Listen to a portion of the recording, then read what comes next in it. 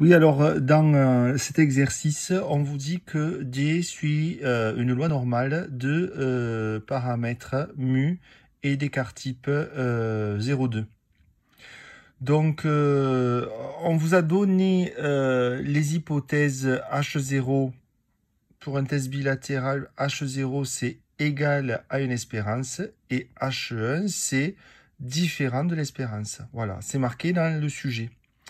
Donc, quand on prend la moyenne et qu'on est sous l'hypothèse H0, ça veut dire qu'on considère que l'espérance, elle est donnée donc de 8,13. D'accord? Et le cours vous dit que l'écart type, c'est l'écart type divisé par la racine de la taille de l'échantillon. Voilà. Alors après, pour chercher l'intervalle qui nous intéresse, c'est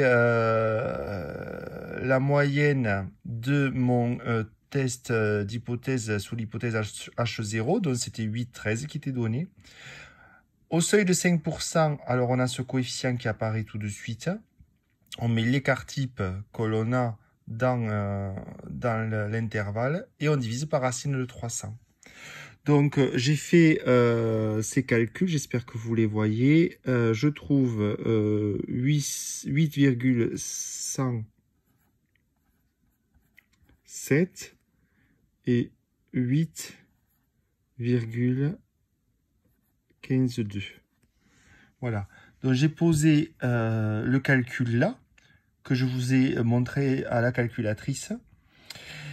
Et après, le test d'hypothèse, la règle de décision, c'est si le diamètre de l'échantillon que l'on prend est dans cet intervalle, alors on accepte l'hypothèse H0, c'est-à-dire que la moyenne est égale à 8,13, et on rejette H1.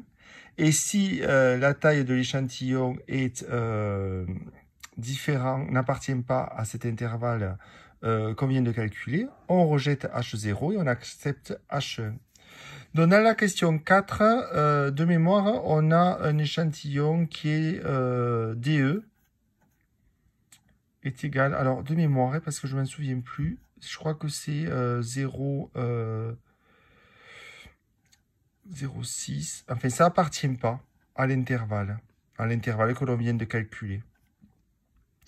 Donc si ça n'appartient pas, on va refuser H0 et on accepte H1.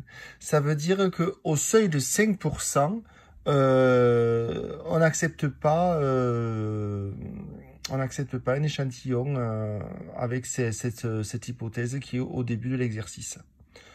Voilà.